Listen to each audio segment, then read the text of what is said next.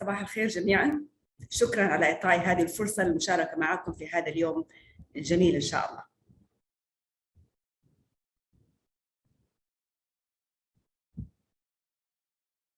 حبدأ شوية introduction على الAMEE. كان عندي فرصة الحمد لله أني أكون هناك in person. I'll make a share screen.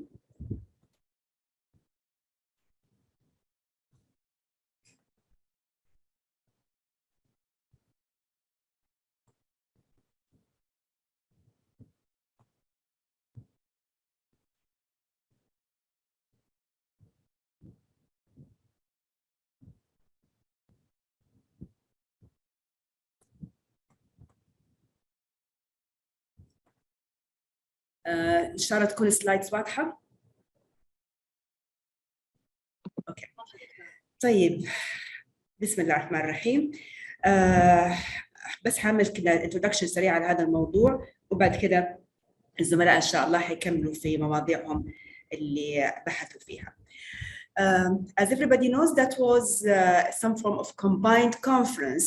It was called AMEE Lyon and AMEE Ottawa. It was running somewhere between 26th up to 31st of August. All of it has taken place in one area, was Lyon. Everybody was excited that we are back to meeting face to face.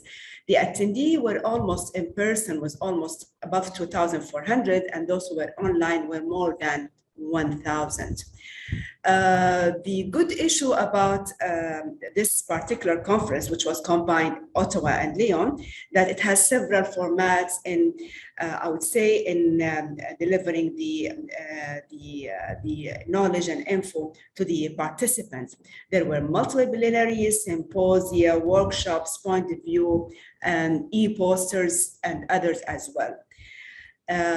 You could see very easily from this sheet, for example, that every day there was at least 12 to 15 activities.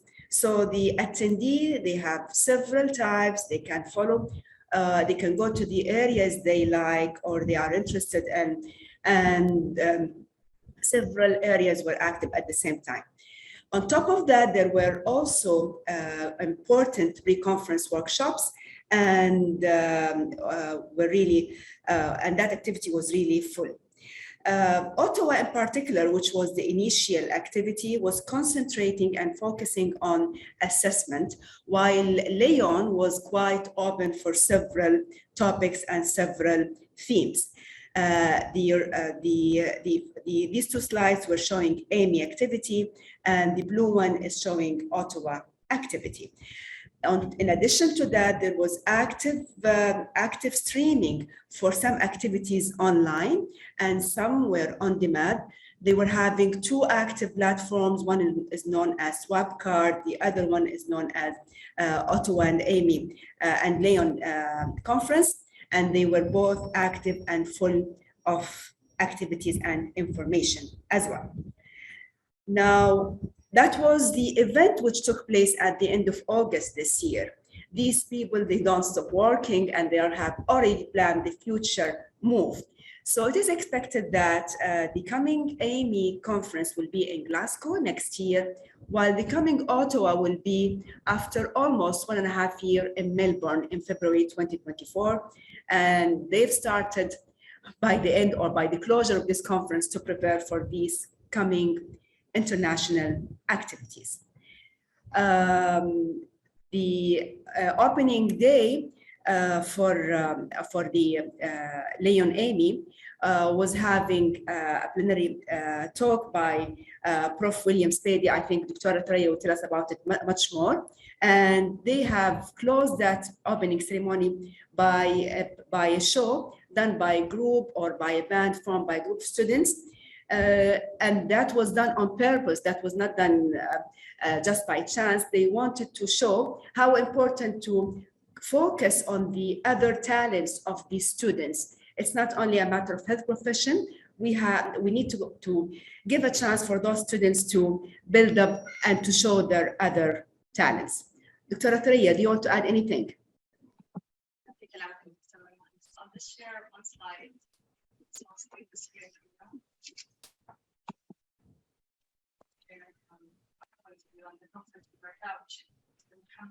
So I didn't have access to a lot of the, so there were online sessions and there were in person where Dr. Rehab had attended. This was our view from our screen. As Dr. Rehab said, that there were more than 3,800 participants. Around 1,100 were online from different countries. To be honest, the Arab countries were represented. I think they didn't mention Saudi, but I know we're more than two because we were not listed from the countries that were more than two. So it would be nice to see more of people from the Middle East attending this, because it was a packed conference. To be honest, I don't know which is more difficult, attending the conference or compiling it in this AMEE Pearls. To be, it was a difficult task. So as Dr. Rehab said, there were plenaries, there were workshops, e-posters, there's exhibitions, symposium, networking, short communication, and this is all going live at the same time. So like from our perspective from online, you could see all the sessions and they're all in red, so you wouldn't know which one to attend. And that brought a funny concept of the FOMO, where one of the speakers had at the end picked up some concepts, fear of missing out, where they said they were going to shut our Twitter because there's a lot going on in AMEE, there's too many sessions, we don't know which one to attend. The good thing on virtual is that you can go back to lots of them. I felt this conference was different from the last one. There were lots of challenges posed, lots of questions unanswered for us for the future to look for. As Dr. Rehab said, that there's a swap card. I'm just going to give you an idea, a quick idea of how it looks like for us. So this is like the platform of swap card. Is it showing, right? The Shasha, واضحة? Can you see the screen of the swap card? Just to make sure that I'm on the same page with you guys. Okay. Yes. So yes. Yeah, so this is it. So I attended the AMEE and the Ottawa, so I get to see both agendas. Depending on what you want, so you can go check the AMEE agenda, the Ottawa agenda. You can check by speakers. You can see the program as Dr. Rehab had shown. You can go to the exhibitions. My events is like if you label something, then you can go check what you labeled. There's on-demand short communications. After the short communications finish, you can go and watch them. There's lots of things. There's posters, social wall, interviews, you get networking. So let's say like if you go to the AMEE agenda, and then depending on the days, you'll come out by the days, what are the things you attended, the pre-conference workshops. Let's go say like you're going to go to the Mondays, you can search and filter. And then you can go back to some and play their videos. They have archived stuff, so it's really interesting. There's live discussion. And then you would see this going on all the time. You can jump from one to the other. It was really good. It's really nice. And it was a nice, to be honest, they're using digital, this platform is the second year they use it. And it was easy to navigate. You can go on from different parts. So I could just go switch to the Ottawa agenda if I wanted, and then just check the days. So that's from the part of the online. I think we could go back to, I think the next one is faculty development, and this Dr. Sam is joining us. I'm not sure if he can share his mic, if he wants to open the mic. Assalamu alaikum. وعليكم السلام ورحمة الله. Sorry, I missed the start. I lost the signal. I hope my voice is clear. It's clear, واضح دكتور. بسم الله الرحمن الرحيم. الحقيقة I don't want to lose any moment of time. I know it's 2 hours, but it's very limited to show what you have seen in AMEE. I would like to take the chance to welcome everyone in our community of medical educators or health profession educators. Saudi Commission for Health Specialties is striving to make the community interactive and exchanging the knowledge internally and externally. I think Educator Lounge is a small idea that started a year ago, where I think the concept is well applied in every department, maybe in universities and hospitals, where it is a culture that people who have the chance to attend the annual international conferences will come back and report to their colleague what they have seen to keep them at least connected with the update. This initiative is aiming to do the same thing, especially with the advantage of this virtual space.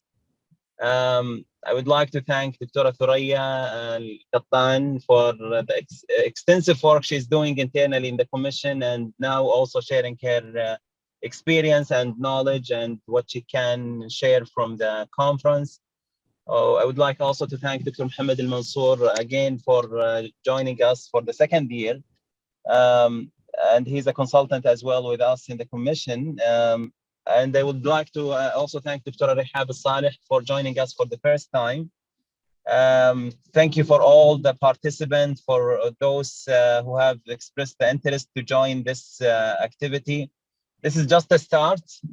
We are looking for the feedback after this session. I hope this is going to continue with any suggested activity. We are looking for the ICRE, the ACGME, and other activities going in the world. Even for our national activities, this is something I think joyful for everyone to network, to know each other, and hopefully to reflect and apply what we have observed in other organizations or in other research or even initiatives going in universities or hospital. I think postgraduate training is something very dynamic and evolving, and we have our own local struggles and challenges that I think deserve our interest as experts and working in the field, whether we are a clinician or even academicians in universities or an academic and research field. So I don't want to take more time. I am really excited to hear from you all.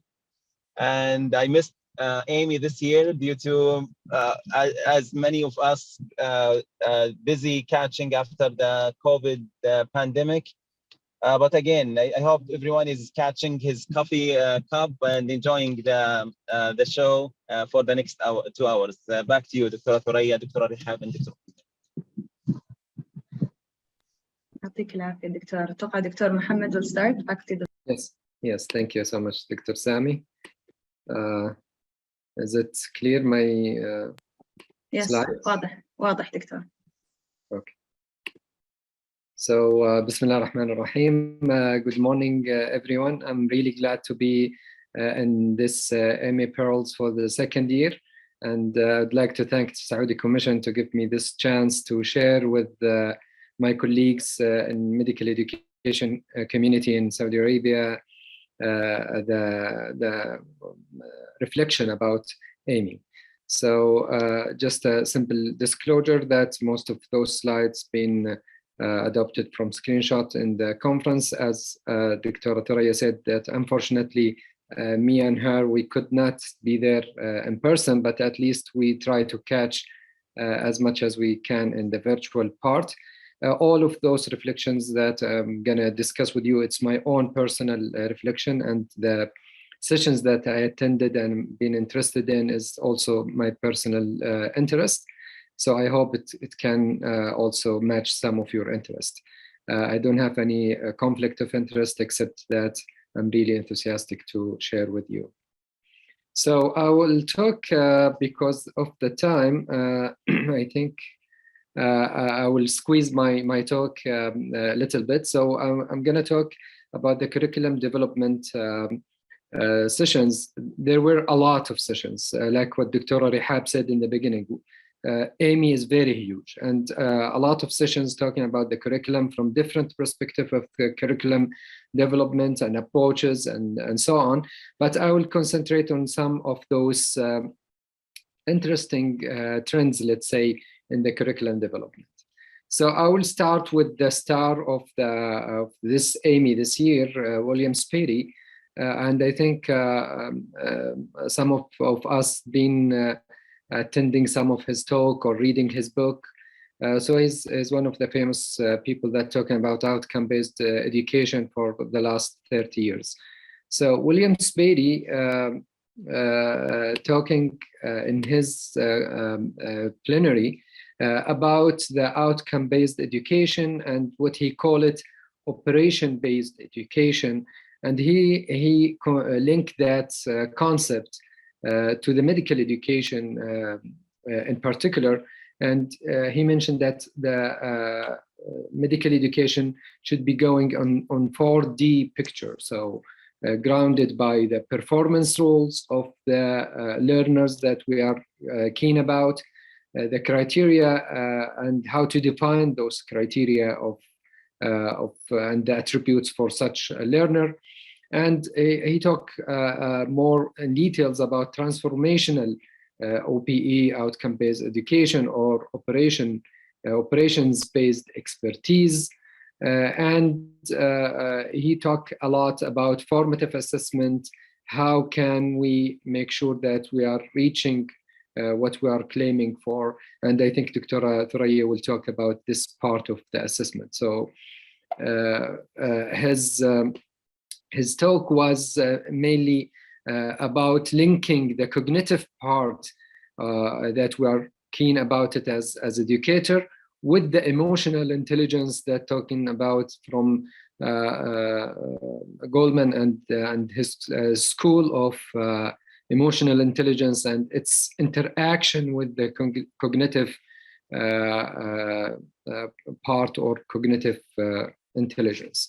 So those are the two parts that the outcome-based or the operation-based education is going through.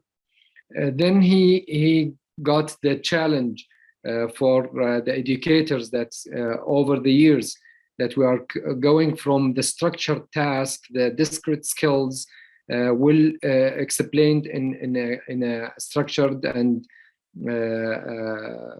context to go further to a complex unstructured task and higher order competencies toward the real life, which is the real complex performance rules in the life of the practitioners. So those mountain, he called it a mountain that we need to climb to reach whatever we need when we are educating our learners. He wrote a very nice book, and I think it's deserved reading. So this is the start of the plenary. Then I will navigate you through the other interesting issues raised in 2018 by David Cook and Michelle Daniel about the clinical reasoning, diagnostic reasoning, and now they are talking about management reasoning. So this part of the curriculum is talking mainly about the thinking process, the cognitive process of our learners, especially in the healthcare practice. How do we make sure that we are teaching them and navigating them through the system to go from just only memorizing toward thinking about what they are doing and reaching the decision and the good management. So distributed clinical reasoning was started by Michelle Daniel, and now it's been more toward the management reasoning. So David Cook is talking about the management reasoning and dividing it to testing reasoning and therapeutic reasoning. And it's all about prioritizing the task of all the management part in order of the cognitive. So it's not only in the knowledge, it's also in the cognition process of the learners. And one of the speakers in that session, David George, is talking about the threshold. So we should be keen about enriching our student and our learners, our residents, about the threshold, when it is the threshold to test or the threshold to treat. And all of these is a cognitive process that should be running in their mind, and they should share it with the healthcare team in a matter of thinking process, as what Michelle Daniel is always talking about. And instead of what's been there in their minds as a learner or as a practitioner, they should go out in the world, what's been there in the around them. So around them, they have a lot of stimulus, a lot of people thinking with them, a lot of people working with them. And this is what she called it 2 years back in 2019 in one of her wonderful publication about distributed cognitive theory. And now she is proposing what she called it a trans-theoretical model of clinical reasoning to involve better explanation of both diagnostic and management reasoning than the only traditional paradigm of thinking inside the mind of the learner or the practitioner. So here, basically, it is about involving all the people in all the environmental stimuli in the learning environment toward achieving a good cognition process. David Cook, as I said, he's one of the famous people that they are writing about the education, and he's interested about management reasoning. Sorry, he's interested about management reasoning recently, and he wrote a lot of publications. I put it for you there in the resources. One of the interesting things that really attracting my attention is now he is talking about what we should not be keen about what's in the clinician brain or their mind. We should be keen about the interactions between the individual around that clinician, the communication with them, the negotiation, the shared decision making. It's all should be taken in consideration when we are building up his approach to management reasoning or clinical reasoning in general.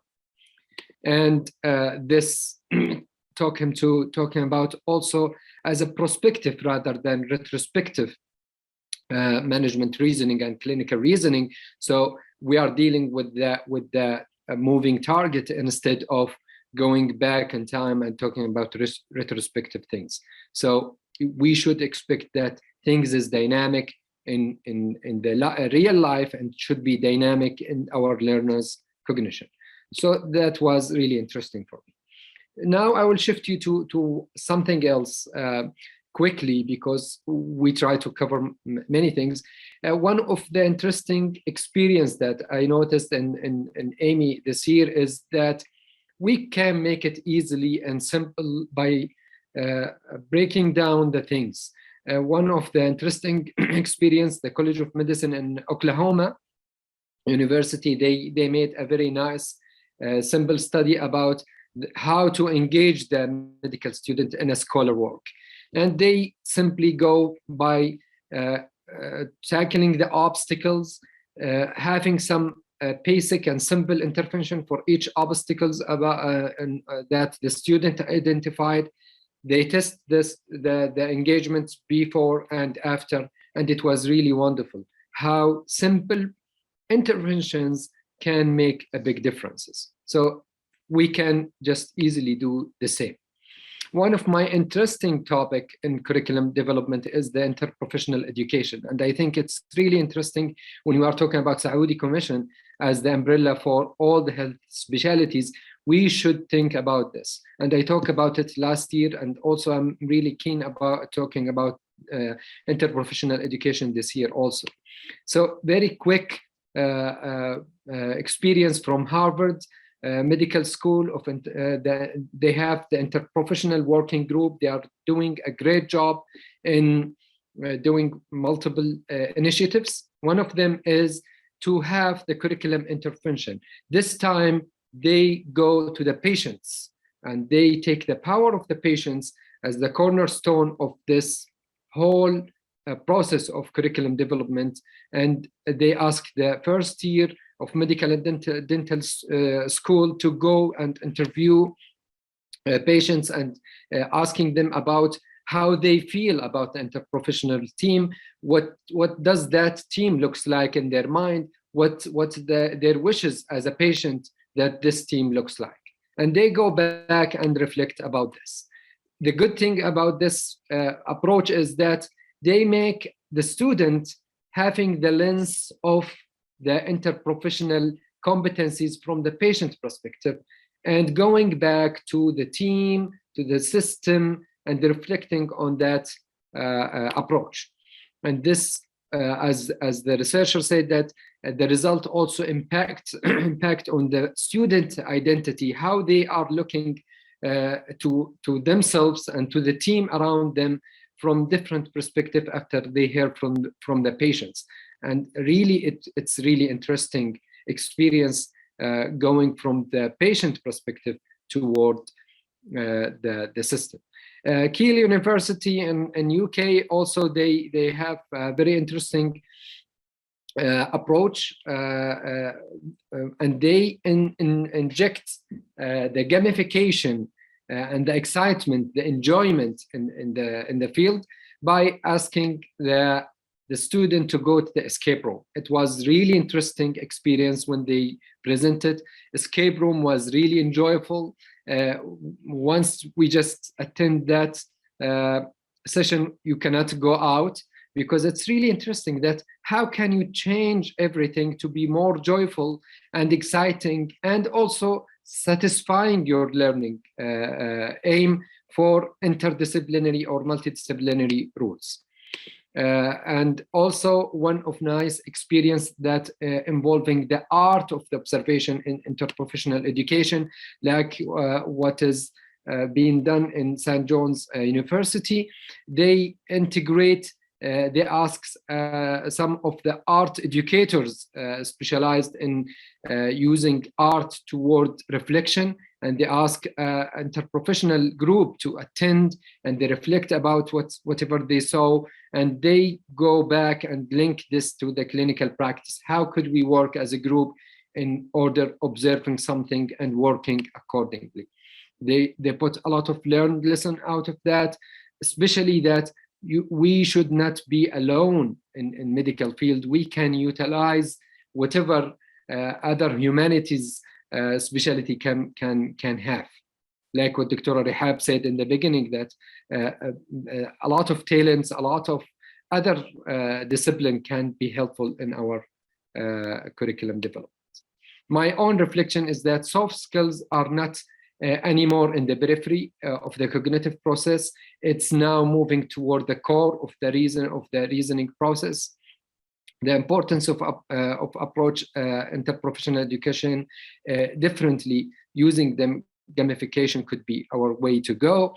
Real life complex role is the in a certain context are the outcome-based education goals. So let's not to be deceived by the names and the titles, and go to reality and reflecting on the reality what we are doing.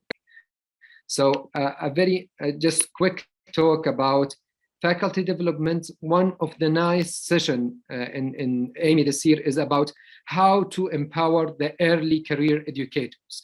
And it's really important for me at least, that how can we build up the second and third line of educators.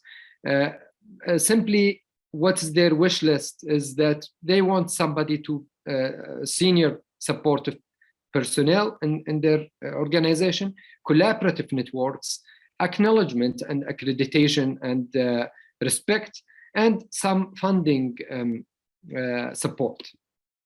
According to Australian Organization of Medical Education, they thought that there are the transition of educator journey through their identity. So they start excitement, a lot of dreams and expectations. Then they go through the reality, ups and downs, and how to get them navigate through this phases toward more of the search for meaning and being more of proactive and productive in the medical education era. This is one of the interesting model that can be used to go from the self component of the educator or early educator to the situation that they are working in, and the support that might be helpful in that particular point of time, and the strategy that can be used toward this development.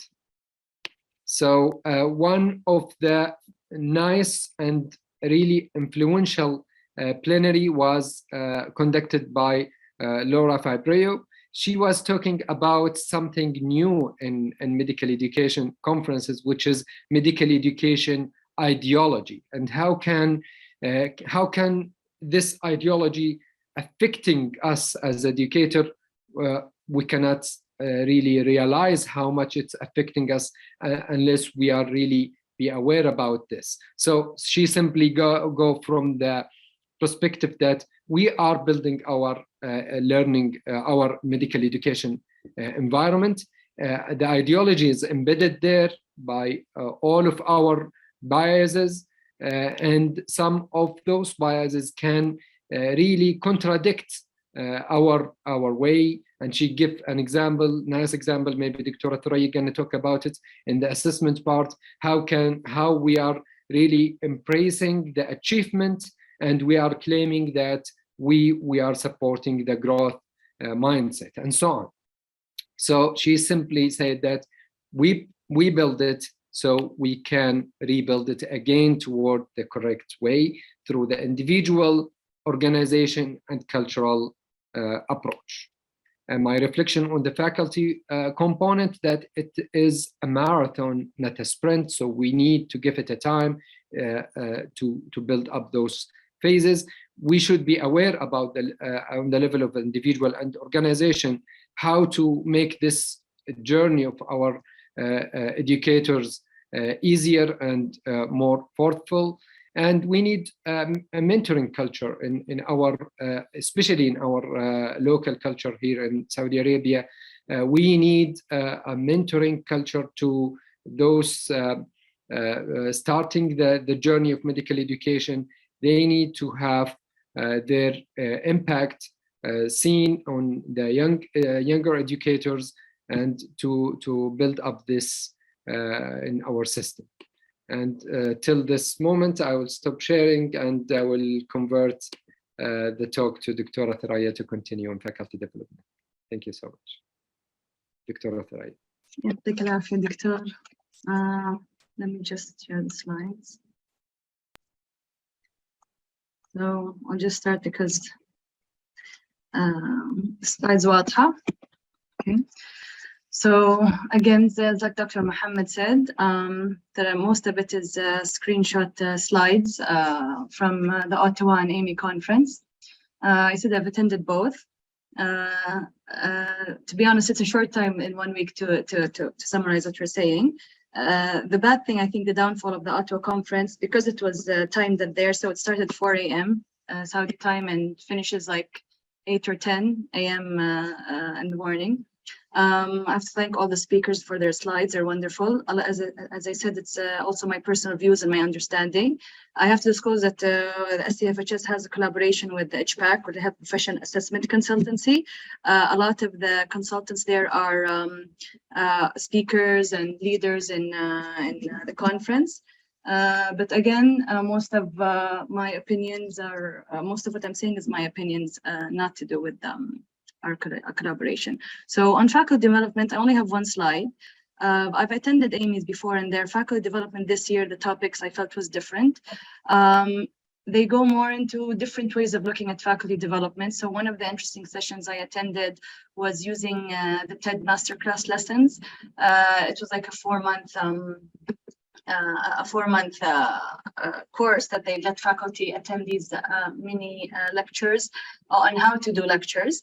And as you can see down, they had to go through like about storytelling, mostly to 15 minutes or 10 minutes, how to do the connections and how to do the storytelling and so on.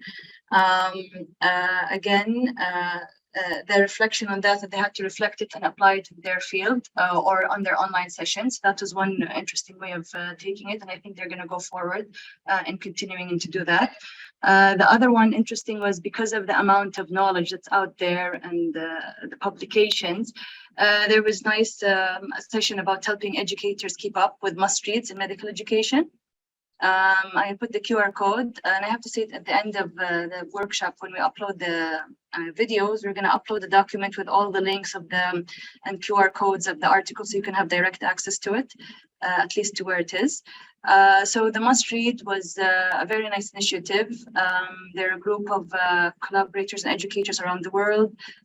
They read the most, let's say, the top articles or the must read articles for new medical educators or educators who want to know about certain stuff. And they invite people to become reviewers. So that's why you can check their Twitter and their QR code to see if you're interested in doing that and to see what are the must reads that they go. They have a good process of reviewing it and how to do it. It takes, and this is part of the faculty development, because you need your speakers, your faculty development to be up to date. It takes, as they said, around 8 hours a month. So 1 hour of meeting, and then the rest of the hours is throughout the month where you go through articles and you read them and you see what's there. There was a lot of talk about co-creation. It started a few years back, but in this conference, it came up in lots of workshops and assessment and student teaching and learning, and it came up in faculty development, where the concept is you involve your patients and your students in what you're creating. So even in faculty development, you involve them in this as facilitators, as co-coaching, and there's a whole session about that. We'll upload the materials for you to go there. So this is my take on faculty development. It was different than the usual one, how to do faculty development and what is the framework and so on. So by that, I'm going to go to the next topic, which is pros of assessment. I have to say the slides are packed. Because I attended the Ottawa conference, so there's a lot in assessment, but because this is recorded, so it's good for you to have and go back later on. The theme of the Ottawa is it was reimagining assessment across the continuum, and the AMEE was redefining health professional education. And so there's a lots of talks of a new concept. So I'll start with William Spady, where he had this slide that he had presented 25 or 15 years back, where he says you can't assess what you haven't defined. And he was talking about the outcome-based education, as Dr. Muhammad said. So I'm just going to go on the general concepts, or what are the highlights that I took from. So he was talking about the history of a competency or the outcome-based education, from one dimension being cognitive, assessing cognitive, to moving on to competency, to moving on to context, and then to a complex configuration, which is what he calls the 4-dimension. Of course, William Spady, he's not a medical educator, he's an educator, he's a sociologist, and he has a psychological background. So the interesting thing was, a take that was good for this workshop, was saying that everyone should go and attend a conference or workshop out of their field, if it was business, if it was art or whatever. So they decided they're going to bring someone outside of the medical education field to reflect on education, medical education, and that's why they brought the Dr. William Spady. So he was talking about transformational operation-based expertise. So it's a different way of talking about outcome-based education. But the concept, what I want to go out is, he was talking about how the education's essence throughout these years is time-based and it's not outcome-based. And the reason is, it's because everything in education is defined by time. We run on clocks, we have curriculums, we have schedules. And so we tend to lose the idea that we wanted it to be outcome-based. And so we're trying to fix everything in this tick box of time. We pretend he had the concept of points and percentages and scores. We pretend that the points are the learning. So if somebody got 100%, so he's 100% competent. If somebody's 80%, and so on. And then so he's going on the notion that we assess students using numbers, points, scores, percentage, and average, and then we compute these into 3 decimals that we can more precisely rank the students. And he said that these are all counterfeit. So because outcome-based education is about substance, it's about the competency, it's about you being professional, attitude, and this is a challenge we faced from the first day outcome-based education came. It's about substance. And when you're talking about outcome-based education and substance and master learning, you're talking about things that cannot be quantified easily. And then so this master learning, or the idea or the notion of outcome-based education and trying to have this complex competence got caught in the number game, and we lost track of it. So to define it, we had to put action verbs. So we said apply, define. And as he put it, as no matter how much, whatever you change the word, if you're changing the action verb, you're changing the performance, and each performance has to have a certain assessment or formative assessment aligned with it. And with that, he had said, since outcomes were about words, not numbers, there was nothing to average. So you couldn't average all the mistakes students were making while they were learning it and how to do it well, which made sense because this is what we're kind of doing in work-based assessment. It doesn't mean we're throwing out the numbers. It's just the way, if you're averaging someone who is trying to learn and makes mistakes and putting it into numbers, what are we actually measuring? So that was a challenge that he posed to the audience. As Dr. Muhammad had written or showed us, the bottom part of the cycle, what he calls the fundamental life performance roles, it has to do a lot of the competencies that is covered in CanMeds and all the other frameworks, from my point of view. The bottom part covers the Bloom's taxonomy, and the upper part covers more skills, has to do with communication and so on. But he had put a point that it has to do with the team-based or with team. So you cannot assess an individual because the upper half of the circle needs other people to be assessed with. And then that related to another talk that was going on with Dr. Lorelei, when she was talking about distinguishing between supportive and collaborative interdependence. And her talk was very interesting because she was talking about the team work and how to assess students and teams. Her problem that she posed was that we have a lot of individual assessment tools, but these, but our assessment of this individual performance tends to ignore the team context. So you don't take the team factor in. And then she posed that we also have growing repertoire of assessments around team performance, but then those erase the individual. And then so it's difficult to, like the steps approach and so on, it's difficult to give that individual feedback when he's in a team, when he's being in a team. So how would we go about that? So they started a study that's a three study, and it's still going on. And the hook is how can you focus on the individual while focusing on their interdependence with the team. And this was interesting because it has to do, I think, with the concept of EPAs and trust of professional activities. So the notion that we're moving on, that a learner is interdependent, so he depends on other people and other teams as they are here, to being independent, suggests it's a linear relationship. And with their interviews and their focus and their method that they've done, they've realized that it's not as easy as it is. And there are two kinds of interdependence. There's a supportive and collaborative. And it doesn't apply just to the trainees. No, it applies even if you're an expertise. So the supportive idea of supportive interdependence, it means as when you try, when one member, or let's say one of the member team triggers the action of teaching or collaboration because that member doesn't know something. So let's say residence is insufficient in something, and then that requires supportive teaching, and that's how it goes. And usually that's in the novice, but that also occurs in the expert, where if you're in a complex or difficult situation or a complex case and you need your colleague, so the supportive interdependence is still there. The collaborative interdependence means that you're relying on other specialties to do your job. So let's say you need the social worker, you need the nurse, and so on. That's also as an expertise, but it is there when you're a trainee. So what they came out with, what they think was what they call the language distinction between what is the difference between supervision and supportive interdependence, because they felt that this is one of the struggles that they're having with the entrustment conversation now. If we could distinguish between what we mean by supervision and supportive interdependence, and that might help, because supportive interdependence continues throughout your adult life, even when you're an expert.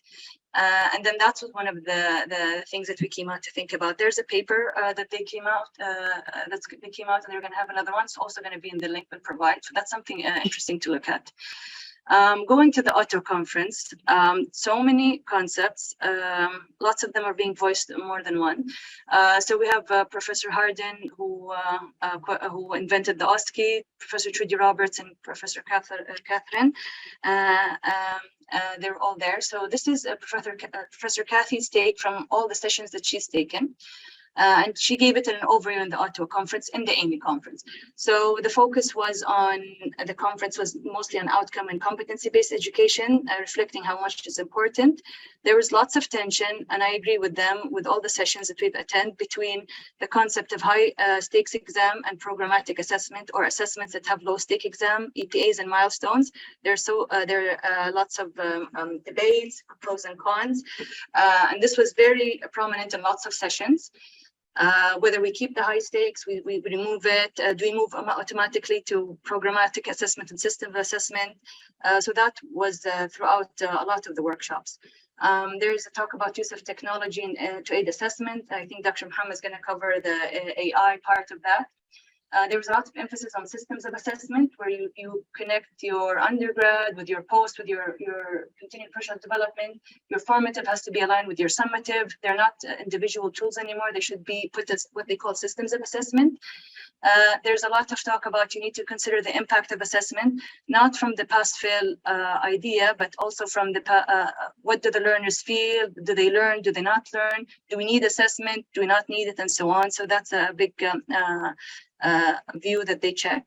The engaging the learners, or the co-creation and co-design in professionalism, in developing work-based assessment tools, in developing stations and items. So there's a lot of involving instructors, program directors, the public, the trainees, the patients, and these concepts. There's the EDI, which is the equality, diversity, and inclusivity. I think Dr. Muhammad will cover it. I coined it into EAT because it's just easier to remember. But there's a lot of talk about it, and how it's involved in assessment and how you have to think about it. Ottawa Consensus Statement, there's a slide on all the articles that are there. Purpose of assessment was a big thing. A lot of our problems and a lot of our diversity or tension was because the idea of purpose of assessment is not defined. Feedback was definitely there. Lots of movement to narrative feedback, shying away from the numbers.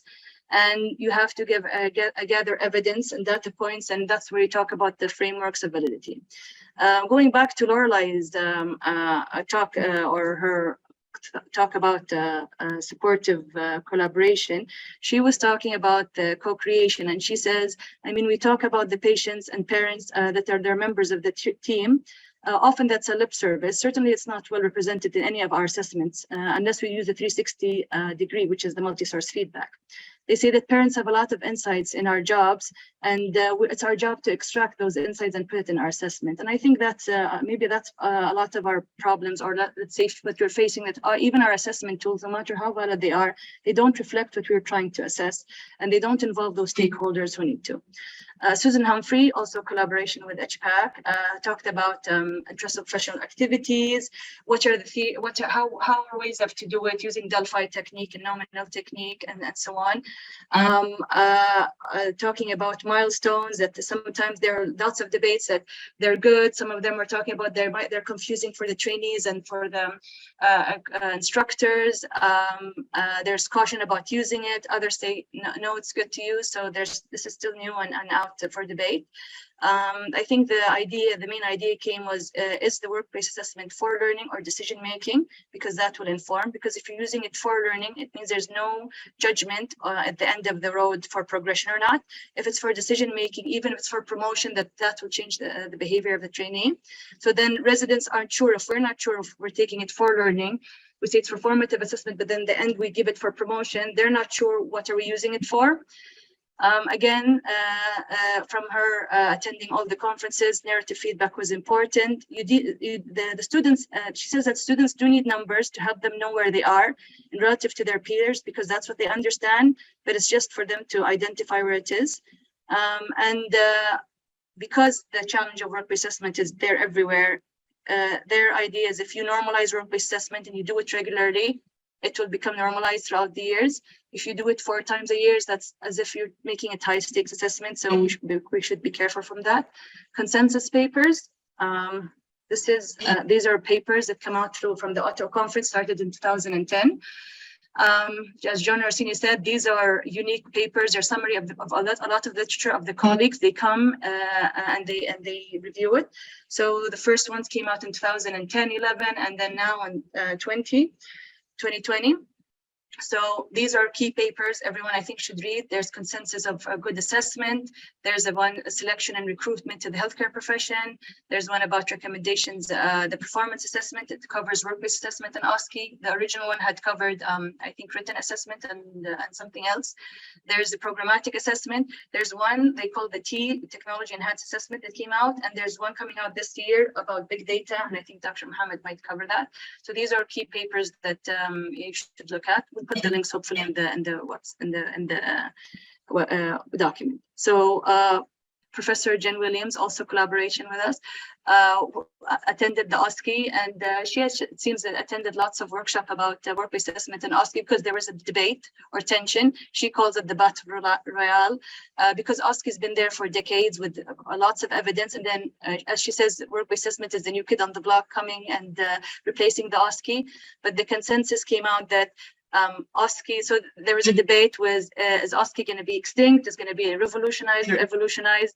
And then what is it, what's the state of the OSCE? So they came out from the discussions and from the workshop that the need for evolution comes from the need for authenticity. And then so what did they come out from the OSCE or the solutions to be more authentic?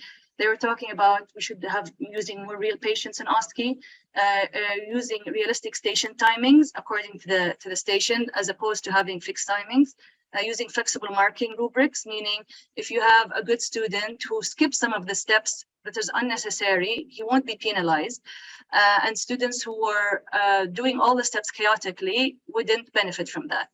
So that's what they call flexible marking rubrics to think about. They're talking about the realism of having integrated tasks. So instead of having a history station task by itself and physical by itself, you'd have a more true to life one. So instead of separating, so that was a discussion.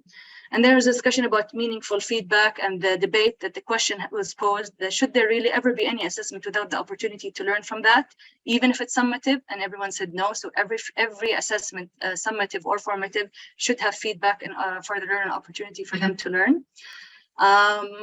Dr. Elise talked, she was from South Africa, and she was talking as a country with the limited resources and developing now, their take on what they're trying to do. So they're going to move to formative assessment, trying to use OSCE and so on.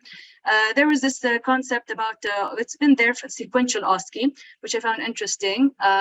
Something new, which talks about that, like trainees go into, if I'm not miscorrected, they go into an OSCE station. So let's say they go into 10 OSCE stations, and then the borderlines, or those who fail, have an additional 8 stations to go into to make sure if they're good enough or not. So this is what they call sequential OSCE, giving those borderline failures and failures extra chance to go on.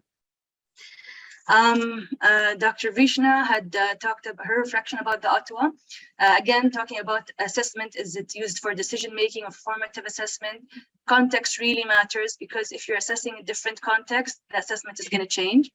There was this thing that she said, which I think was very true, that institutions that prioritize assessment and people development in assessment actually got their return on investments, and they had more business continuity. And that really reflected during the COVID. Those who had very good workplace assessment didn't have a lot of trouble in graduating their students, because they had it invested in the workplace assessment and faculty development and changing the culture. And that's something that resonates. Another funny thing that she had said, that they had a phrase, it's called same but different, and it's she says it has 2 meanings. So one meaning is that, like, you have a Rolex watch, but it's fake. So just having something that's fake doesn't mean it's same but it's different. It doesn't mean that you're doing it correctly. So the same thing, if you're labeling something as an OSCE and it's not an OSCE, it's a fake, it doesn't mean it's real. But the one that she really meant was, we all have the same problem, but we have different approaches. So we cannot just look at solutions from one side of the world. We need to have research and solutions from other parts of the world because we all learn from each other. And that was something to take away from. Professor Sandra Kemp, also collaborating with us, she had noticed the tension that exists around assessments and making judgments throughout the workshops. Her take on it is that it goes on because of the principle of assessment, and one of them, which is we need to define our purpose. And I think this is also true for us, that when we have multiple purposes for assessment, we say it's formative, it is for progression, we end up losing some of the purpose, and then we trade off some of these, and then that purpose is not successful. So we don't end up doing what you want to do. So she posed challenging questions. How clear are we about our purpose of assessment and our purpose of judgments? And we need to see what do we want from each our assessment. So we need to be very clear when we say our purpose, what is actual purpose, so it can be clear for others. The other challenge she posed was, can we begin to develop a theory? How can we begin to develop theories and research in complex topics like collective competence? And she posed this because this collective competence, or what we're talking about now, competence as a whole, started 10 years ago, and 10 years now, we still don't have the answer. So the idea is that what we have now about EPAs and high stakes, if we don't do a collaborative research, we might end up in another 10 years talking about the same thing and not having solutions. So how can we manage it? Dr. John Narsini, he's the one who invented workplace assessment. With all his sessions, he's saying we're moving now more than, so assessment is more than measurement. It's really about learning and social activity. Again, talking about inclusivity, diversity, and equality. There's the research and assessment. They're mourning that there's no or deficient research and validity. We're basing on a lot of things on 30 years of research out of date.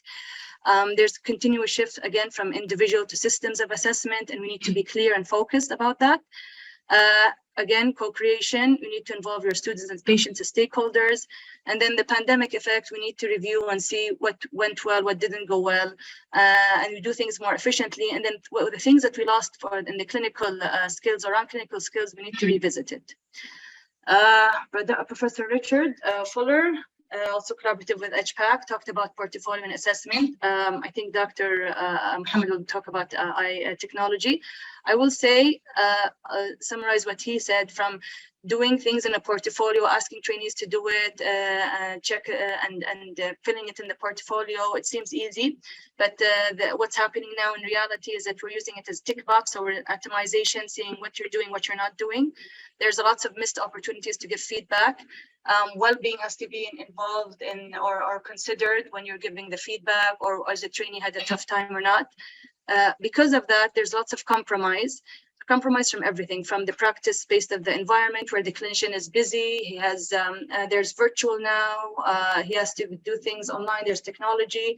The competency gets complex. The learners need support. They feel that the assessment being done to me or with me, the faculty we're telling them you have to have a reliable and valid workplace assessment. So that's too much for them. So, and the other thing was that there are lots of changing in assessment tools rather than the culture. So we should have to have a change in the assessment culture. There's as he says, hypermarket of workplace assessment tools. There's the promise that the EPA was going to be good, but if it's not with a good existing culture of workplace assessment, we're just going to end up having the same thing, no feedback, and having a tick box. What is the good remediation practice and postgraduate training? If that's not defined, then what can we do?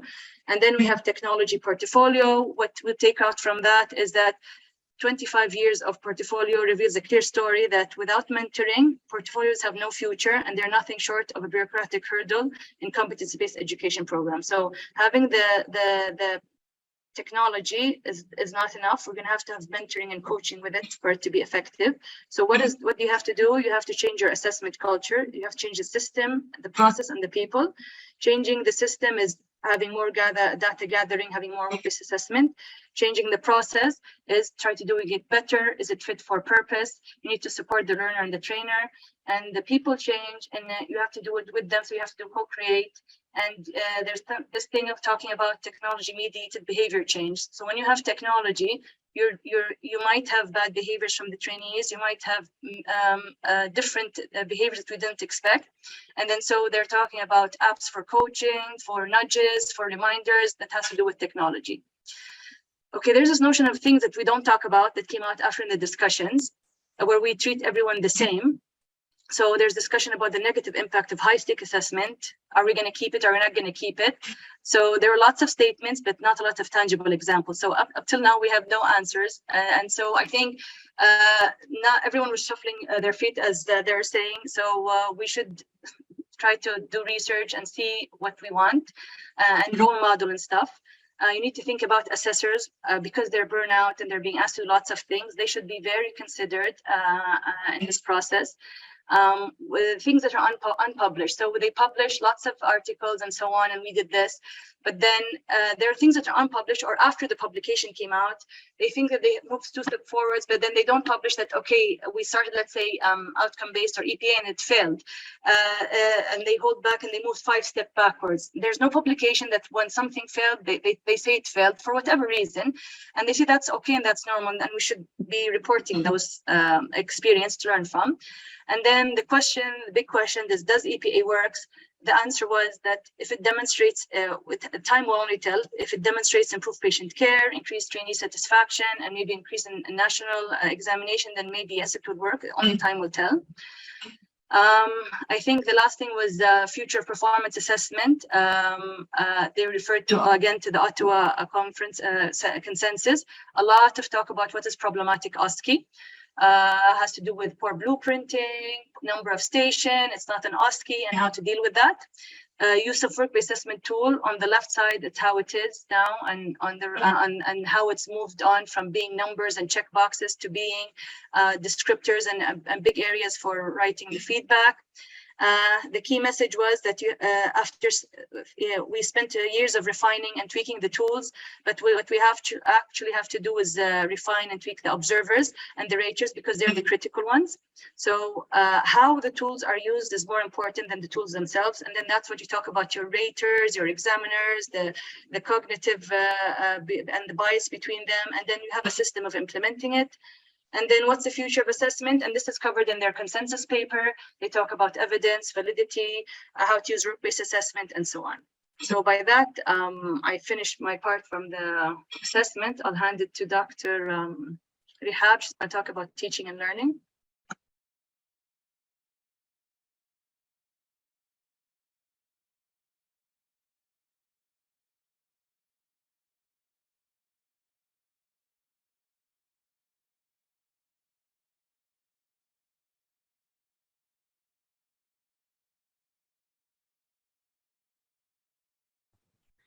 Okay, thank you, Dr. Thuraya, for your excellent presentation. What I'm going to discuss right now and show is basically my own reflection, my own understanding for the topics which were presented during AMEE regarding teaching and learning. Just a simple discussion, all of you know that the definition of teaching is basically a process where there is some form of interaction between the teacher and learner in order to achieve the desired outcome, and it needs a real complete system in order to have effective outcome. Needs good curriculum, good educators, and engaged learners. It has several tools, and I'm sure all of you are experts and you know that very well. So maybe when we come to the process of teaching and learning, what we are doing basically is a matter of mosaic work. Everybody is doing part of this mosaic process. Maybe what we notice, or even the learners, they may tell that it has no meaning, no integration at all. But when we see the big picture at the end of the story, then we will notice very well it was having some value and meaning in building our learner. I've attended, because AMEE was really quite huge, I definitely could not attend all of the sessions. I've attended some of them. I think some were really good and deserve distribution of the message, and some are just borderline. So I thought of discussing these items with you, and we'll go one by one if time allows. The session which I really liked very well is the workshop which was done about teaching clinical reasoning. And that work was done by a group of universities in Europe and US. The leader was a German school known as Asperg, if I'm pronouncing it correctly. They were talking that clinical reasoning basically is a complex set of skills, and that will use lots of factors when we're dealing with patients in our clinical life. The objective basically is to reach diagnosis and to develop treatment plan for our patient. It was discussed clearly that clinical reasoning teaching is not that good in several curricula, and there is significant gap everywhere. People are trying, and they are having several trials. And what I'm going to show right now is this project, which was funded by the European Union, and they were telling in detail what they have done in order to accomplish the goal, which is how to teach clinical reasoning. So there was a specific curriculum which was built by this group of universities. There's this curriculum for the student, another curriculum in order to train the educators, and special ways to monitor the progress of such project. They have followed what is known as blended learning. They have tried to build up the virtual patient, I would say, library. Everybody was aware about the interruption of clinical training, which has happened during the COVID era. So they have tried to build up this library and to use it in order to deliver this task. That project was called Didact. You can see it here. It has an excellent website. It's an open access. I would advise those who are interested to go through it. It will be presented in the resources. It means simply developing, implementing, disseminating an adaptive clinical reasoning curriculum for healthcare students and educators. And if you go through the website, they have it was really informative website. You can see it easily. You can look at the overviews, the curriculum, the student curriculum, the educator training system, and how they are going to monitor it, and what implementations can be practiced from it. This is one slide from the workshop which was presented. They were showing the activities which are needed, the competencies which are needed, and what the label for that competency, if it is something which is at the beginning or intermediate level or advanced level, and the activity or the teacher training for these activities. It was colorful, meaningful, has lots of details, and you can go through it and find out what is needed for each stakeholder. They have used what is known as interactive virtual patient. Again, I'm going to put the link for this resource. It's open access. It was interactive. It was following the current rule where people are more towards the utilization of technology. So there is a script in the beginning. There is a lead question in the beginning. There is photo for that patient, and then questions, and then the student has to fill up these blocks. And using the artificial technology or the artificial intelligence technology, answers are built in the system. The whole case is built by experts, and then the learner would learn if he is doing correct or not. So there are at least 200 cases. Some are translated in a different European language. I think it's an excellent resource which can be, or other universities can think about it at different level, whether under or post-grad.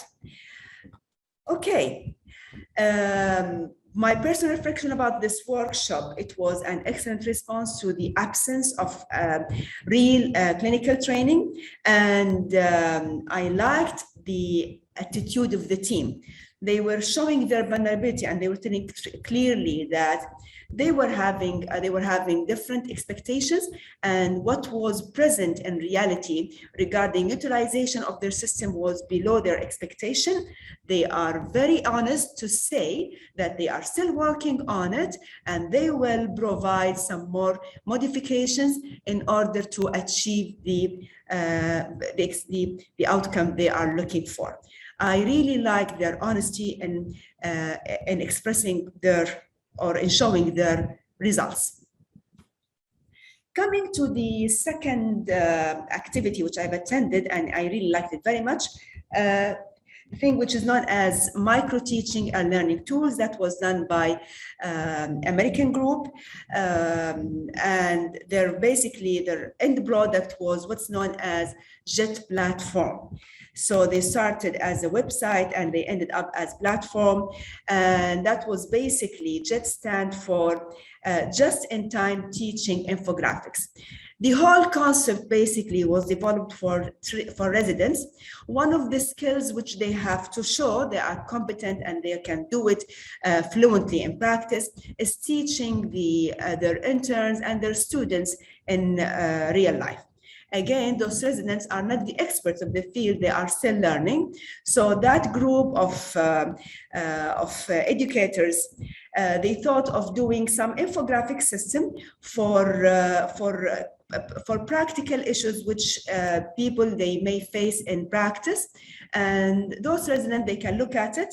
It's infographic, and then they can be confident while teaching their juniors with it. Again, it's not a full lecture, not full coverage of a topic. It's only one specific particular, one particular point in practice, and then they will find answers for it. So the app is present. You can download it whether using the Google Play system or the Apple system. It has several categories, and what I'm happy about that my specialty OBGYN is presented over there. I have reviewed the OBGYN. It's really practical and it's up to the point.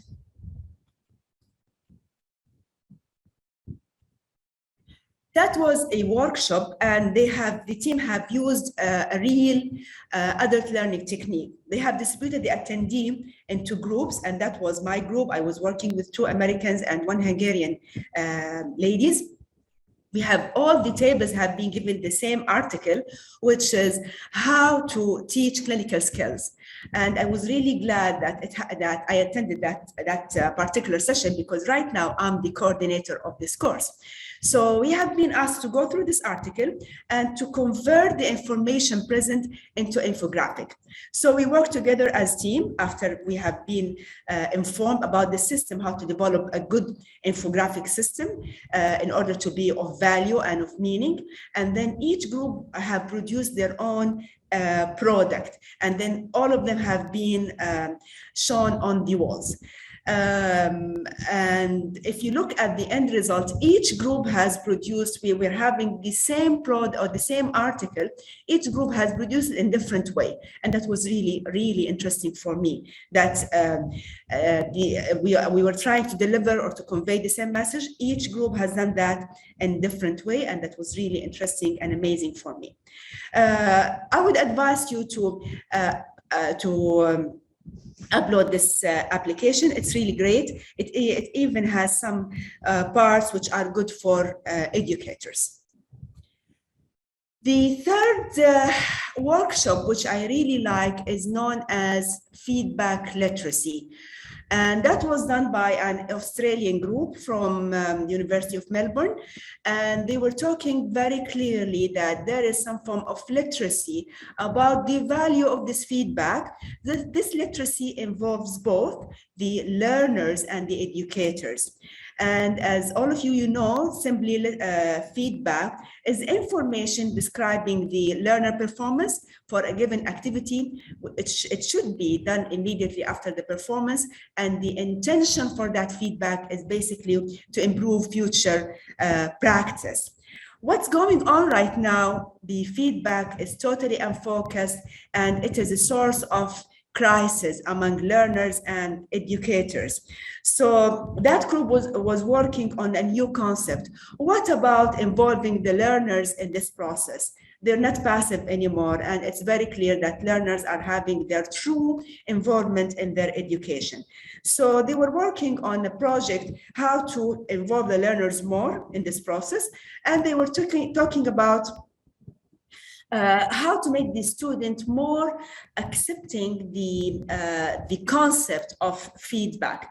I'll tell you about my personal experience in this issue, and I'm sure you're having your own stories in this particular point. Whenever I'm giving a feedback to a student about the procedure he or she has done it, the first response I'm going to receive from them is the defensive attitude.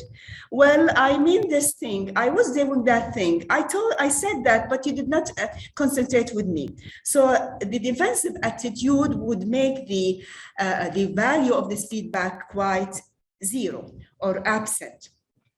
So we need to find out a system by which the student would accept having some form of feedback to their work, and to understand it's basically done for their future development.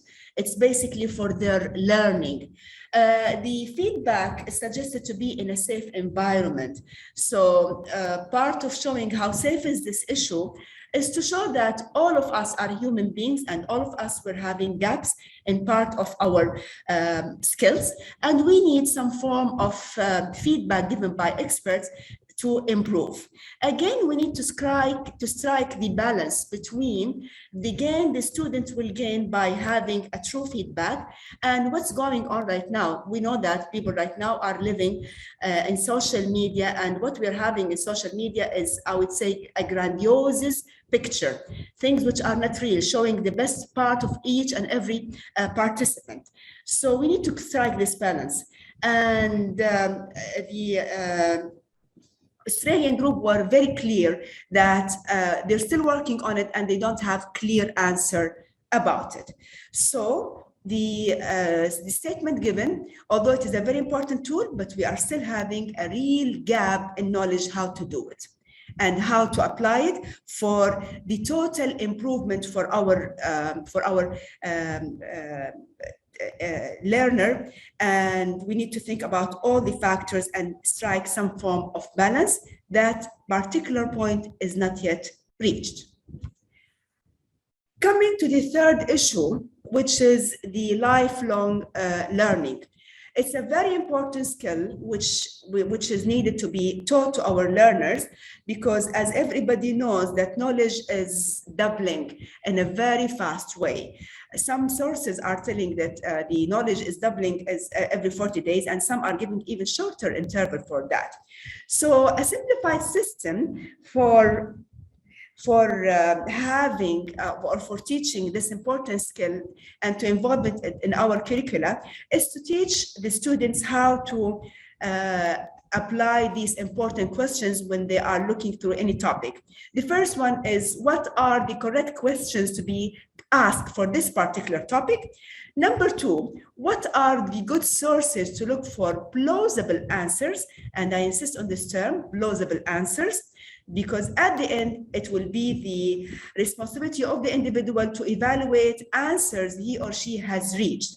This is a very important skill, will help our students in the current era where knowledge is really exploding like hell. And we need to find out practical ways, or each system has to find out practical ways to implement it in our curricula. Now, the fourth issue, which I really like, and I think it's a local problem, maybe we need to focus on it, is the issue of showing or giving our learners the growth mind, where they can think about having new ways or new jobs for their future after graduation. Well, I'm not telling a secret by telling that the needs of our labor market is changing all the time. And all of us, we know that this is a true problem. Let's talk about the acceptance in the postgraduate program for the Saudi board. We know that now we have a specific or more strict rules in order to accept students, and some they don't fit in these acceptance rules, and they need to think about other ways in order to have their good work in future. Also, some of the students, they cannot be practitioners, they cannot be healthcare providers where they can deal with people. So they need to, or we need to involve or to put in our curricula the innovation mindset, the entrepreneur, and so on, in order to help them to find other ways to pursue in their interval after graduation. So what was shown in AMEE, that's some experiences which were done in different parts of the world regarding entrepreneurship and the special skills needed over there. Also about how to consider innovation and what skills are needed for that.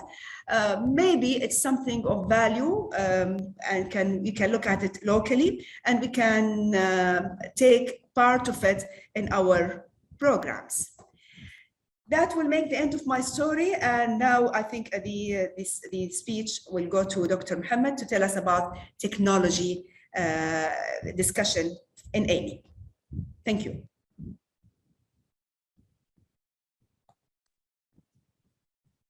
Thank you, Doctora.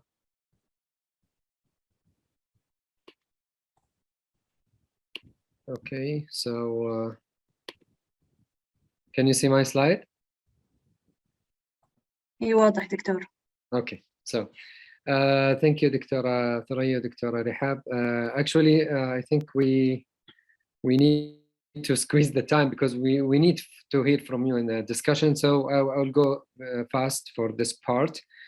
So AI and medical education was really interesting sessions in AMEE this year, around 2 or 3 sessions talking about this in particular. And medical education research has also multiple sessions in AMEE. So I will try to go through both of them. Regarding the AI, as all of us know that the proliferation of AI in healthcare and the inventions is going on. So the take-home message of that symposium that I attended in AI was that AI is drastically changing the health and healthcare deliveries. So a program must take concrete steps now to advance training AI across the continuum. And I really like this, that we need to go across the continuum from medical school through the postgraduate to introduce the AI there. So that was one of the interesting sessions that bring some of the experiences. One of them was the University of Michigan integration of AI in a curriculum or a module that integrating evidence-based medicine with the health system science and the data science, including the AI and machine learning. And they really produce a very nice module to be disseminated through the MOOC platform. And they did some evaluation for that curriculum or that module they tested pre and post on students or participants, and their funding is being secured by GME Innovation, and also they are targeting extending the use of that module out of the medical school for the medical student toward the internal medicine residency curriculum in 2023. This is one of the example. Second example is also referring to what Dr. Thuraya said, that how could we utilize the AI and machine learning in assessment. This is an example from McMaster University, Teresa Chan. She's really an active person in that field about how to convert the narratives and utilizing the portfolio toward more of enriching assessment. So the learning analytics and using the AI was one of her studies. And this was the ignition of that study, that a lot of biases came from using the ITERs and daily evaluation cards for the resident, and by grading system, giving 5 or 7 or 8 out of 9. What does that mean? So they start to utilize the AI and the learning analytics in giving narratives. So she described it simply like what we are facing when we are retyping our password. So it will give you the grade that is, this is weak or medium or high quality password. So they try to utilize the same. When you put a narrative for evaluation for a resident, instead of saying that good job, read more, you will get a warning from the system that you need to get more focused, more narratives in this, and it will give you some suggestions that you can use. So this was a wonderful experience. The AMA, the American Medical Association, they start working hardly on injecting the AI part in the health professionals' education.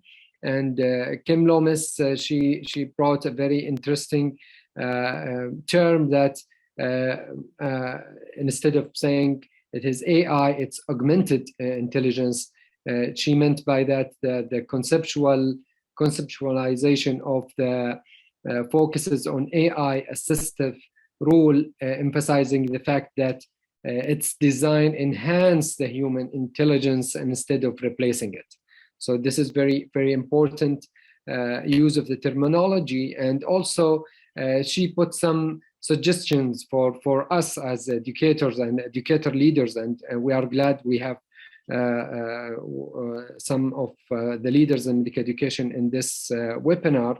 So we need as educator leaders to educate appropriate faculty in a basic concept of AI and its application in medical education. We need to build a relationship with inside our institution about the expertise in this field, establish a local advisory group, and review our program competencies and curriculum to include those important topics for the future, review assessment program and existing admission and selection process also could be affected by this new topic.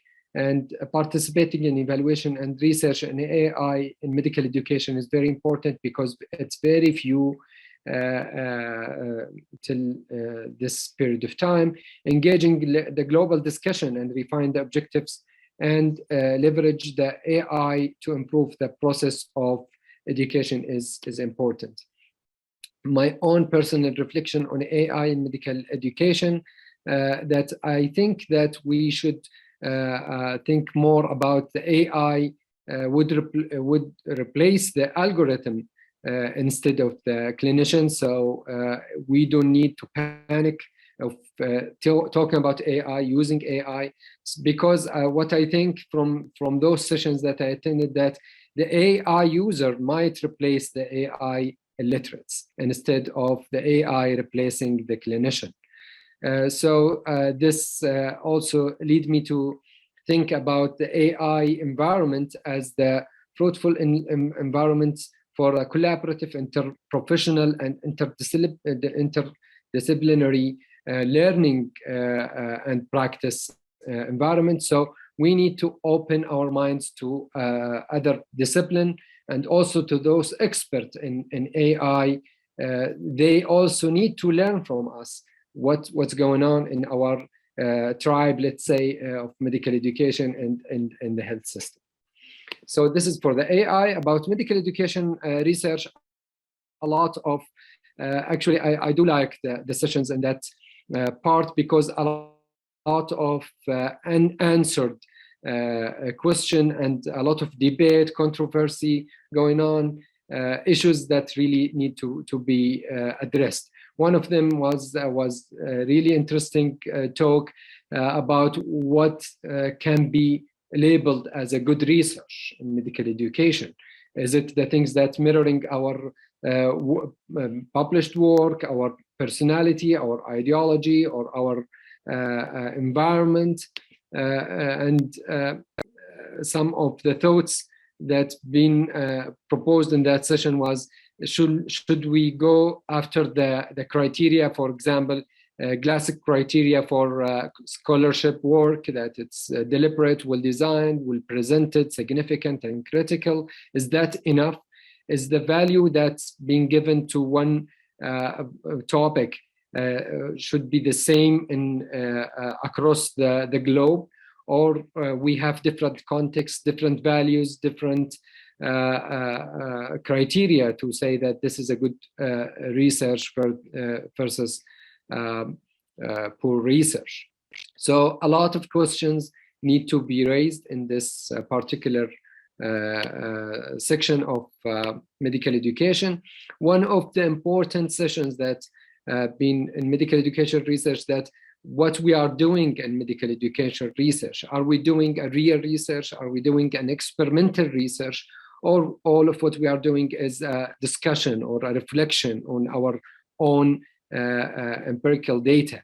So how to justify our field toward the users, the trainee, the clinician, the healthcare system administrators, the cost analyzers, the funders. This is very important in tackling the future of the medical education research. So who is our audience of this research? He brought some of the interesting statistics that showing that in most of high impact factors medical education journals, very few till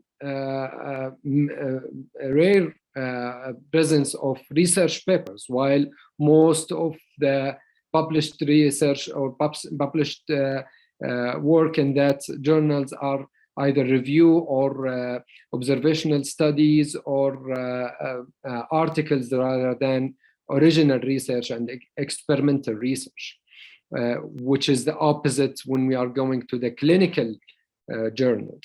So is that going to be affecting the field of medical education research? Those are some of the editor's advice for the researcher in medical education, that to keep the context in mind, join the scholarly conversation, connect to the right audience. This is very important. So who is putting the question and who's gonna use those answers? So who's your audience that you are tackling? And use the cover letter and read a lot and broadly and so on. Eric Dressen is a famous editor, and he's putting a lot of questions rather than answer about what can be labeled as a good research. And there were really a disruptive picture of the medical education research community, let's say, and it's been dominated by the North American and European editors, and this bring the concept of diversity, inclusivity, and the context and the different ideology and values in the medical education research. And he put a very honest statement that editorial rules in medical education journals are still dominated by the male and by those from wealthier countries and those from European and North America. So what about the other part of the world? And also he proposed that nowadays it's not only that the reviewer that they're going to review your work as a researcher, but also in post-publication point of view, the people in Twitter or Key Lime and other podcasts, they're gonna review or they're gonna assess or evaluate your work as a researcher, and also the reviewers that they pass those articles, what was there in their minds. So my reflection on this is that the utility and the immediate utility of the research or the piece of the art that you are providing as a researcher, it's not equal a good research. So, and one of the examples is the discovery of the laser. It took 30 years till it's been utilized as a utility point of view. So the context, the language, the biases that came from the reviewers, also the complexity of medical education research should be considered before labeling research as a good or bad research. And really it's important for me as a reflection is to go to the audience whom you are writing this paper for. So, and who's asking the question? Are we answering the questions that we are putting it as a learner or as educator? Who's asking the question and who's answering those questions, and in what cost? It's really good questions to ask ourselves before we go to research. And I will conclude by things that we like. So I will put mine, then Dr. Thuraya, and then Dr. Rihab will put theirs. Then we will really keen to hear from you in a discussion. I like some of the terms that came across the sessions, at least that I attended in the AMEE, glocalization. So this is very nice term combining global and local. So you need to think in two mindsets. So you need to have both islands from local to global. So glocalization is a nice term. Assessment with learners, and I think Dr. Thuraya touched upon this. So learners are not anymore just a consumer, they should be there in the constructing the assessment. Communication is the most common procedure in medicine, so it's not something that coming as a periphery, it's in a core business. Some of the terms about hybrid PPL, pure PPL, modified TPL with the simulation being heard in this conference. And I was really glad to hear that the WHO, they start put their role in the learning or lifelong learning of healthcare workers or healthcare practitioners, and they start their academy. A lot of programs is there, and it's been available for everyone across the globe with different processes. And I would like to thank you, and this is my contact. You can just scan this code and contact me for a further discussion. And thank you so much. I will stop sharing now and convert to Dr. Thuraya. Thank you. يعطيك العافية دكتور. Just share quickly. So what we liked. So there were quotes from the AMEE and Ottawa conference, a lot to do with putting the students under the microscope.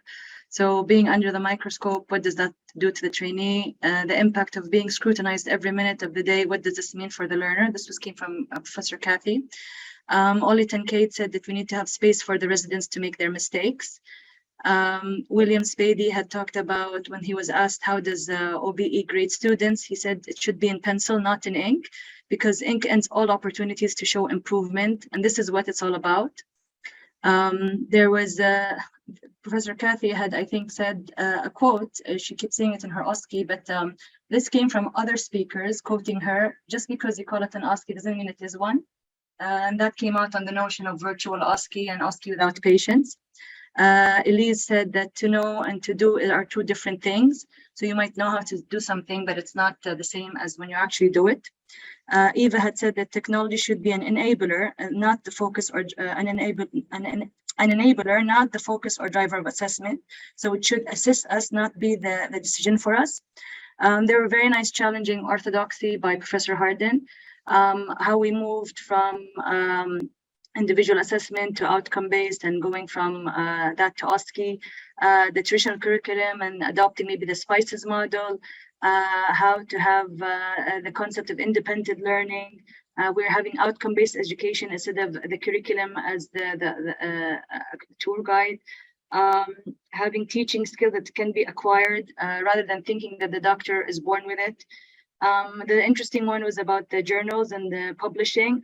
There's a movement now to open access publications by peer-reviewed because you get more authentic comments, and from student as a learner to student as a partner. And we talk about co-creation. Same thing, words and concept. I like localization, and it's when you adapt the study and you see how it works locally.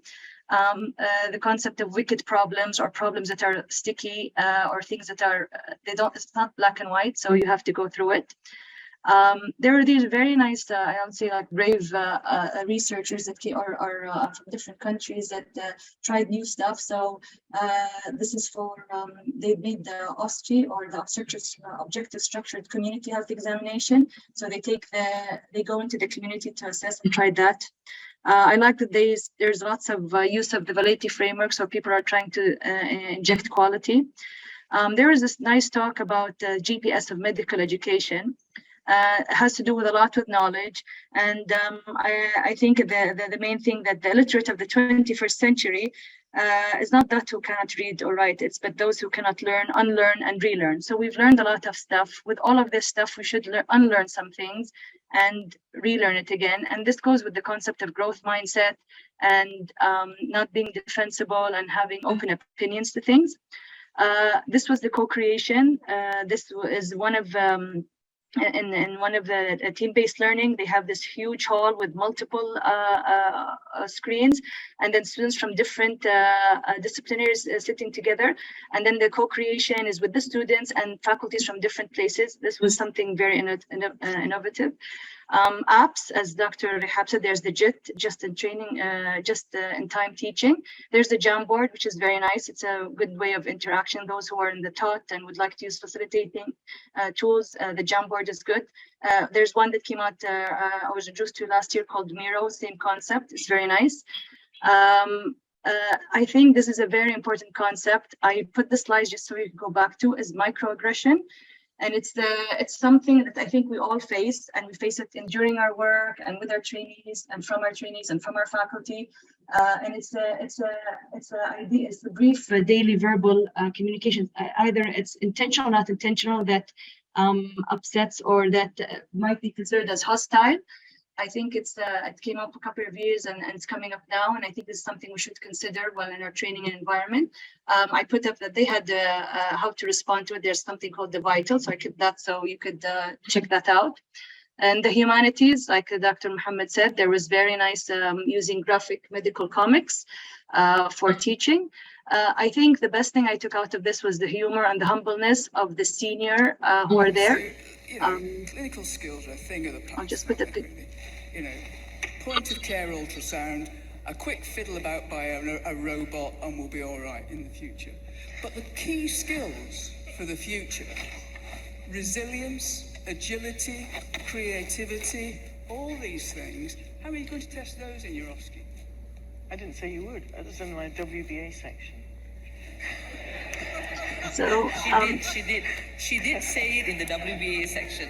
So if we know, they always like to bicker and challenge each other, but they take it humbly and clearly.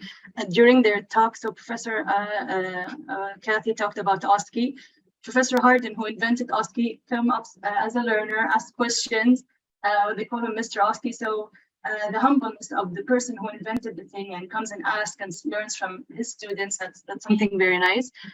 There's this tweet about this is who Kees van der Vleuten, who invented programmatic assessment. And then he says, you do a symposium about programmatic assessment, and then Mr. Programmatic Assessment himself walks into the room. A lot of pressure for them. And then there's, I think, the thing that we all go through, that we're in a situation where we say we have 14 standards, competencies, whatever, and then we try to reinvent the wheel and say we have to put them together, and then our new problem is that we have 15 competencies. So coming out with even after all this work with the humor was something I took out of this. And I'll go to Dr. Rihab for her things that she liked.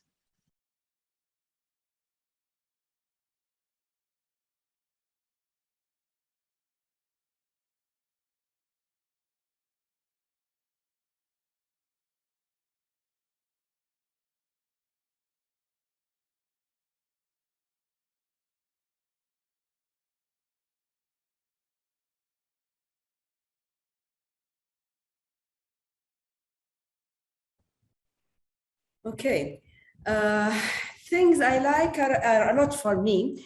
I'll talk about things which are peculiar to those who have attended the AMEE. I like the place. They were really, they have done great work by selecting the place in which this big conference have gone through. We could easily go through all activities because the place, the convention center was really capable of doing that.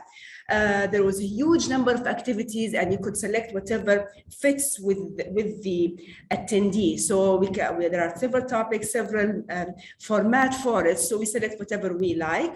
There is significant respect of diversity. Examples for that: the food provided were showing clearly the different varieties present. There were places for prayer room. There were places for moms who are having kids and they need to look after them.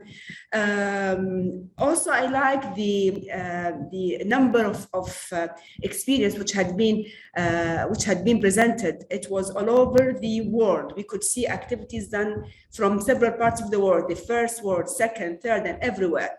And each one was trying to solve or to have their local touch in solving that particular issue. And some of them were very clear, very explicit, telling that we did not reach the answer. We still need more work to be done on that. For me, attending this AMEE was one of my dreams, and it came true. Thank you.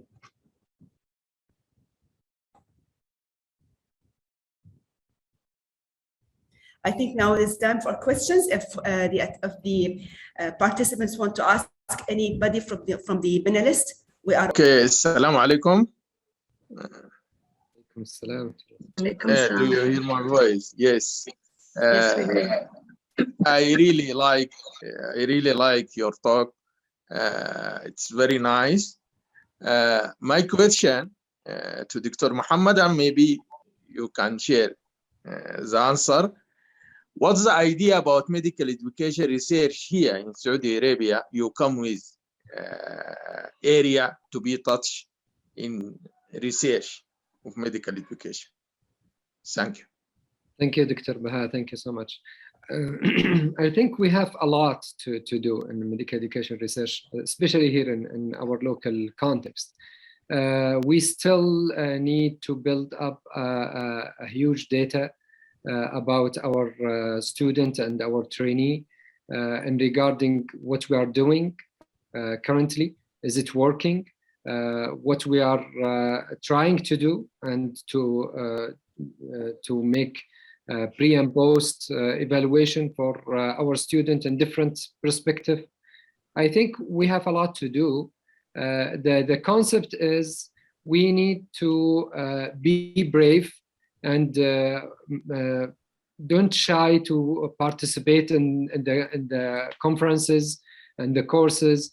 And maybe Dr. Rihab, Dr. Thuraya noticed that some of the sessions, some of the papers that's been presented, it is not much better than what we are doing. We are doing a great job here, but we are not disseminating our work. And this is part of my participation in this conference every year, is that to just get our voice out to the world, that we have a lot of things done here.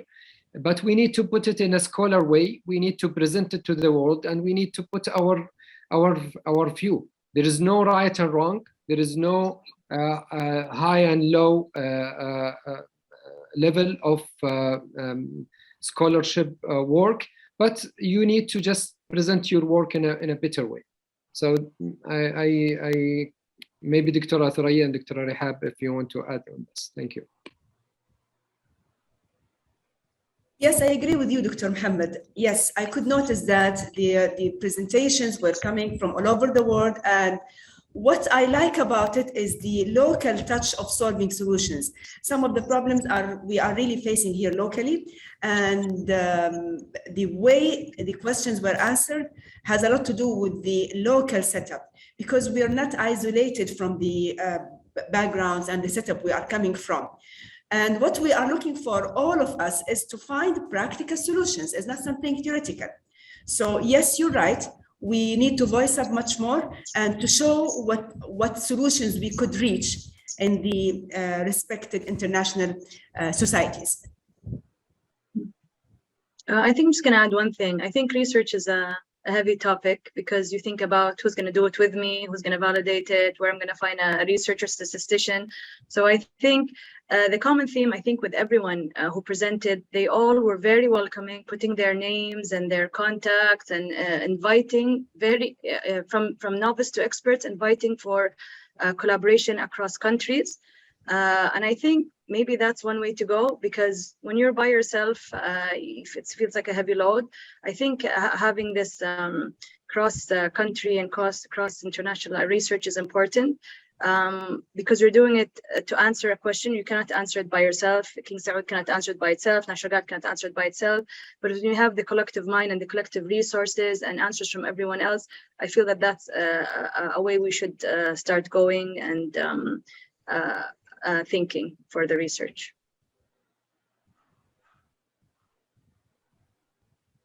Dr. Nadia. Yes, we have another questions.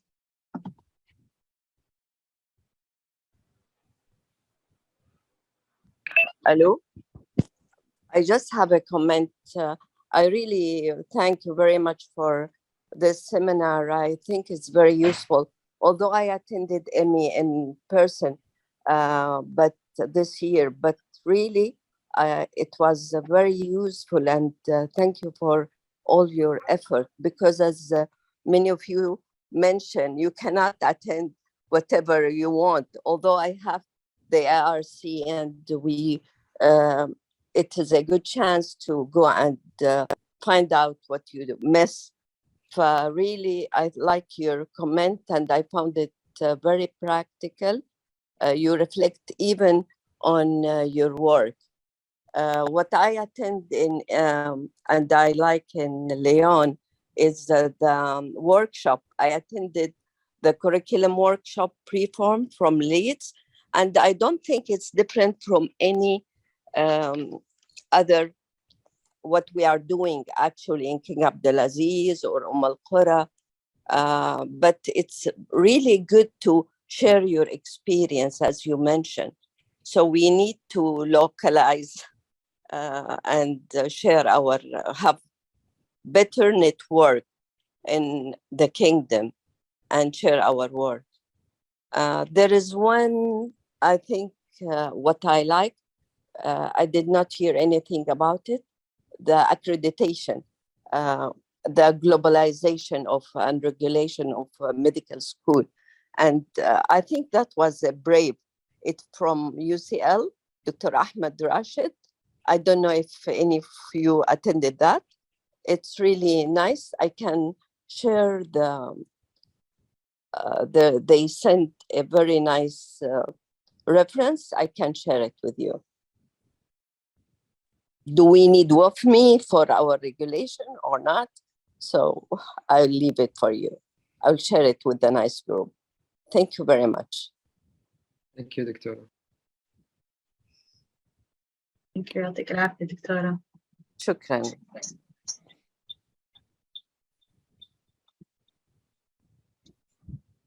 think دكتور شروق She's going to come with the hard questions الآن. الله يعطيكم العافية جميعا. ليش يا دكتور السمعة هذه؟ لا ما شاء الله من your expertise. الله يعطيكم العافية. I just wanted to thank you sincerely. What a brilliant summary. Unfortunately we missed AMEE this year, so thank you so much for helping us catch up. You helped the entire medical education community and the country catch up with the conference in the most beautiful, elegant and summarized way. So الله يعطيكم العافية. هذا أول شيء. My questions speak to Dr. Mohammed al-Mansour comment على كلمة globalization. So if we want to put this notion into practice right now, and I perceive the general trend in the assessment talk that there is a need to shift the assessment culture to the simple notion of assessment as learning. And I know there are lots of efforts that has been put in place here in the country from the Study Commission and from all who are responsible for the postgraduate education in our country. So can you highlight some of these efforts? How are we helping our culture shifting to assessment as learning? What is done to place? Thank you, Dr. Shurup. Really interesting. It's a really interesting question. And the assessment part, I will ask Dr. Thoraya to talk about it. But I like the way that you are thinking that we need to go and see what's going on in our culture. I think we already improved a lot, especially those few we're there 10 or 15 years back in the postgraduate. You know that things been changed now. The voice of the trainee now is really heard, and they have a lot of contribution in either in the scientific councils or in the improvement of their programs. We know that we didn't reach yet whatever been needed, but I think the channels now is open. Maybe Dr. Sami also can elaborate on this, but I think the channels now is open for the learners, the trainee, if we are talking about postgraduate, to put their thoughts, to put their voice, to participate. Also in the undergraduate, we are doing this. For example, in King Saud University, we are obligated to have a member from representing the student in the curriculum committee, which is the higher committee that's running the curriculum. So their voice is there. I think that what we need to empower is to empower the culture itself. So empowering the culture rather than just securing the representative chair for the resident or for the student in those council or on those decision-making places. And for Dr. Thoraya and Dr. Sami, if you want to add. Thank you. I'll give you a live example. I think that we're living at, Dr. Mohammed living with us, is the EPA formative assessment project that we're doing. So EPA was adopted, or we're moving into this direction. So we're adopting something globally, locally. And then so the EPA team adapted to the culture, sat with program directors, with trainees, with residents, and then they came out with this like generic EPA. And with the committees, they have trainee representatives. So the trainees are part of the committee to see writing in the EPAs. So when we came in with the formative assessment, we're looking at that, and with the formative assessment team. So we're writing things up, but then we're trying to involve the development team who are writing it. We're going to involve like the scientific committees. There are things that we're still in that step. The next step is involving the trainees and the program directors and checking what you're writing, is it appropriate or not, because we need to take their feedback and reflection on it. And this is one way that we're trying to move. I think this is something new that we have in trainees. The HEA also has like groups of متدربين where they have inputs on things related to assessment, well-being, the curriculum, and that's something new. The other thing I think was involving the trainees in the orientation day. So we have this orientation day where we talk to them and we see what they have. I guess that this is something new that we're starting. I think it's good because it bridges the gap between us and the you guys who are on the field. And this is something we need because we're writing policies and regulations, but we can't see what's the effect and impact on it. And I think that's what we're going. So we're still at the start. So it says you study. So the localization means you adopt something and you study it. So I think we're still in the study phase. There's a lot of alignments that we need to do, and we're adjusting and we're learning from that. Madi, if somebody else, Dr. Rihab or Dr. Sami, have any comment on this?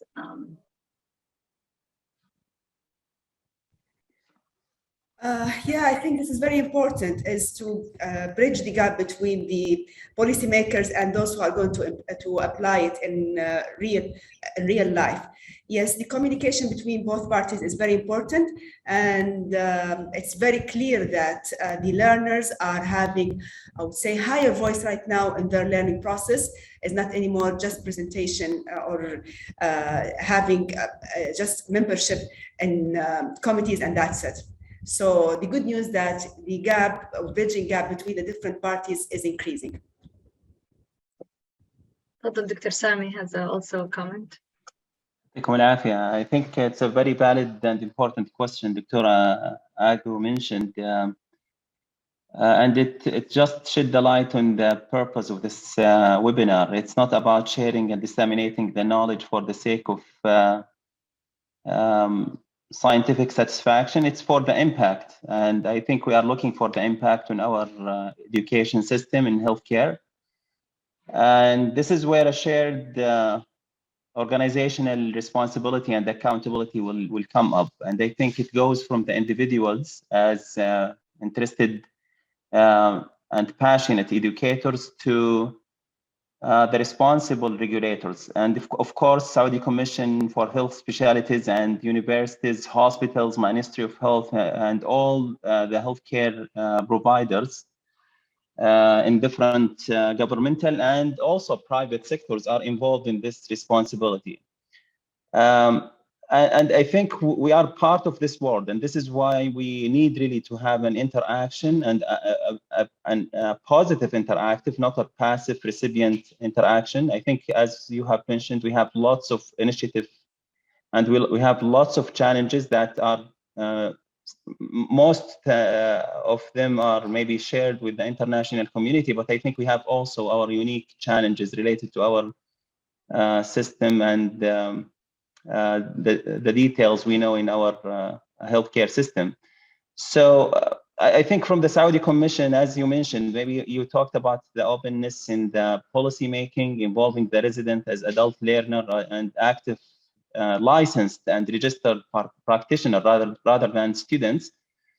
On the same time, I think the role of education is not anymore a volunteering role. It's a value role that has been now appreciated by the system from the healthcare providers, where now they are investing on development, on talent, on education, on leaders as well, who are taking the lead in their postgraduate departments.